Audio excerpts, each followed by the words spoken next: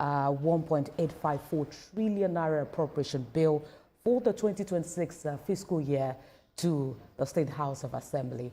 Our correspondent Uche Okoro is live for us in Rivers State. Uche, thank you for joining us at this time. Talk to us about the key areas of this budget and how it will help the average resident in Rivers State. Well, speaking of how it will help the average resident of Rivers State, I think it is quite clear for many residents of the state at this moment. If you ask them, the general perspective is that governance seems to have ground to a halt in the state for a few months' time. You hear people asking, where is the governor? And it appears to some or to many that nothing seems to be happening. And that has been attributed a great deal to the budget stalemate that has plagued the state for so long. So as to what this means for the state, many can expect the government to resume, as it were. The government can begin to focus on infrastructure development and human capacity development. Now, particularly, I say that because I've scrutinized the budget as best as I can so far, and the infrastructure development accounts for the largest chunk of the capital expenditure that is being proposed by the 2026 budget. So many persons will be waiting to see the state government, how they are going to implement that budget, so that areas captured such as infrastructure, health, education, and other key areas will begin to heave a sigh of relief across the state. I mean, reactions that have, trailed the presentation of this budget by the governor, for most persons, is the timing. Presenting this in July, the middle of the year. We understand the governor also acknowledged the delay in his submission, but what were his reasons?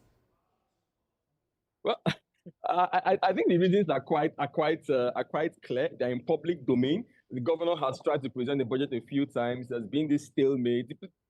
In summary, the political crisis has been the reason for the non-presentation of the budget since the governor was inaugurated in 2023. So this is a major step towards what the state has come to know as reconciliation. So it's a major step.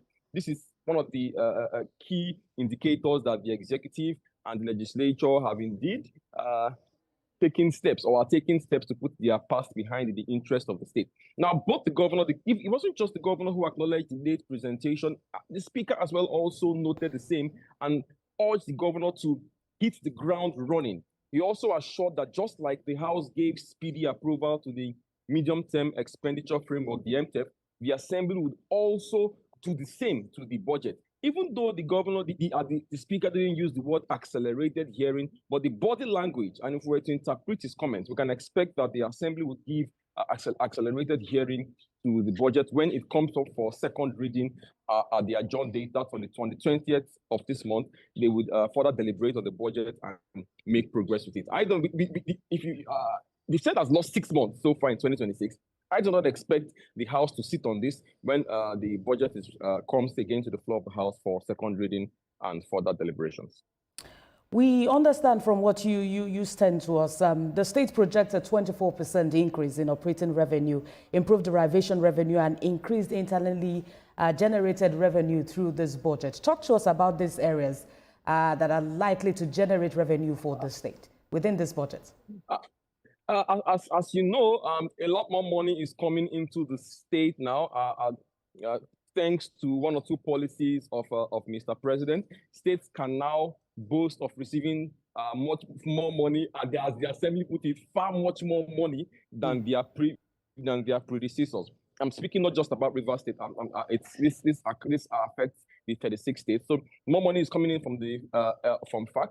The states also saying they generated their internal generated revenue is projected to increase. So all of this is still remains in the realm of statistics. I think the people, all these numbers, how would they affect the lives of the common man on the street? How would they affect the lives of the civil servants?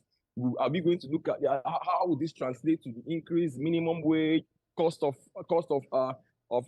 food items, cost of other items, generally standard of living. I think that's what the people would really be looking out for to see when this budget implementation begins. But the government has said that it will do its best to reach 100 or near 100% implementation of the budget. It was good to see the governor, despite the tense atmosphere after the event, he had a handshake with each of the lawmakers. I think that since this, apart from the day when the 10th Assembly was proclaimed, I believe this is the second or other time when Governor Sinala Fubara would be having this level of interaction with the lawmakers whom he has been at loggerheads with for the longest time.